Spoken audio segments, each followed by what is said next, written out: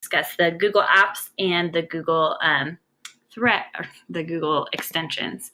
So the Google Apps that I currently have, well, other than the apps that you're preloaded with, I have EasyBib. This helps me do any citations I need for my papers. So I could do APA and I can type in the article and it helps me produce the citations correctly.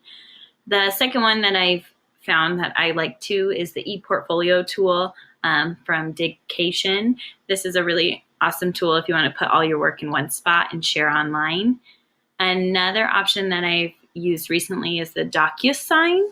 Now this is a really cool app because you can sign documents on your computer and send them out. I recently just wrote a grant and so I was able to sign it with DocuSign, so that was really awesome. I went to CUE this year and I learned about Pear Deck, and Pear Deck is so awesome. I don't know if you've ever heard of it or used it, but you can create presentations that interact with your students.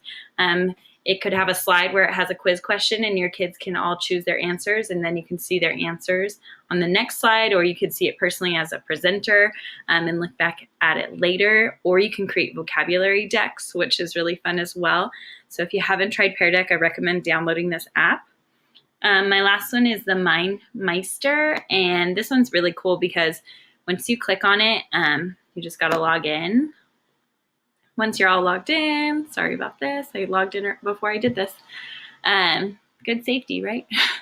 So you can do a mind map, and I did this for another class recently to create, to talk about different things, but it gives you a total and you can create a flow map or a chart, and there's icons and there's colors. So I really think it's a fun app to use. So my favorite one by far is Pear Deck. It's great. I totally recommend it. It lines up with Google Slides.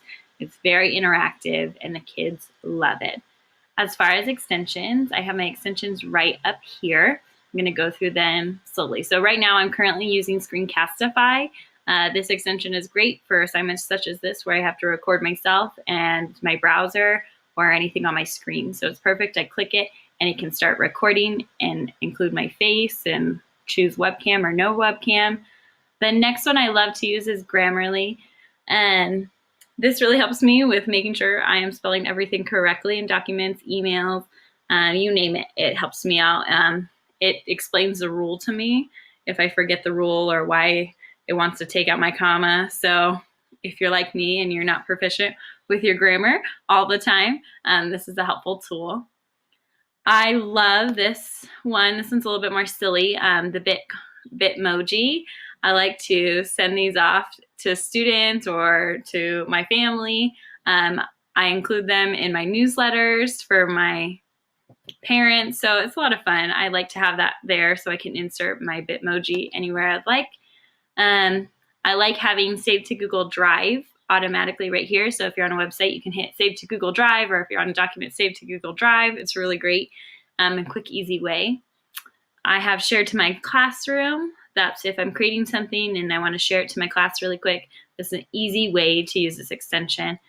And my last one that I like is Google Task. Google Task allows whatever page you're using, say you're on our class page and it says a due date, it will add it to your Google Task really easy, and then you can check off your task as you go.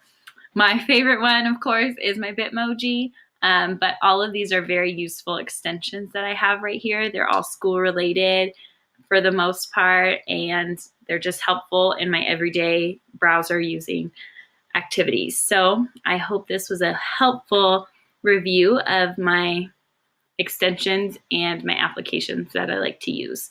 So if you have any questions, please feel free to ask. Thanks so much.